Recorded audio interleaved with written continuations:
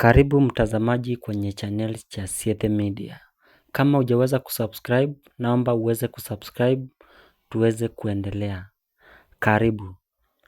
ODM candidate for the West Kabras MCA by-election, Edward Idimuli, has announced that he has stepped down from the race just 3 days to the election. Speaking to the press on Monday, February 23rd, Indimuli claimed that his life was in danger and endorsed UDA candidate Elpas Shalak. I have stepped down and endorsed this young man who is in UDA.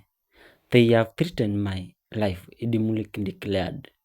The ODM candidate accused Kakamega Governor Fernandes Barasa and County Woman Representative LC Mwanda of intimidation. He claimed that several attempts have been made on his life and accused Governor Barasa of alleged sending people after him.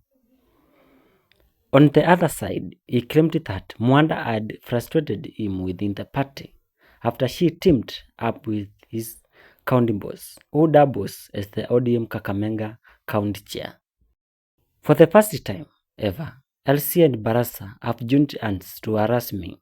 I had to spend a night in my sugarcane farm because my life is in danger, he stated.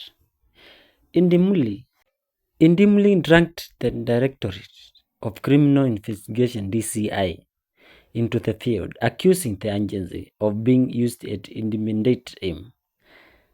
They have frustrated all my campaigns and I have been summoned to the DCI over issues I had no involvement in.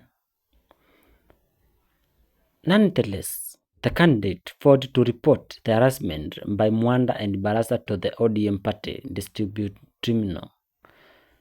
President William Ruto's side, Faruk Kibet, has been on the ground campaigning for the UDA candidate to ensure the ruling party capture the MCA seat.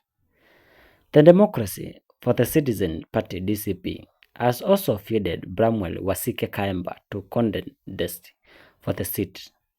The election will take place on February 26, 2026. Please subscribe, share, comment for more news. Welcome.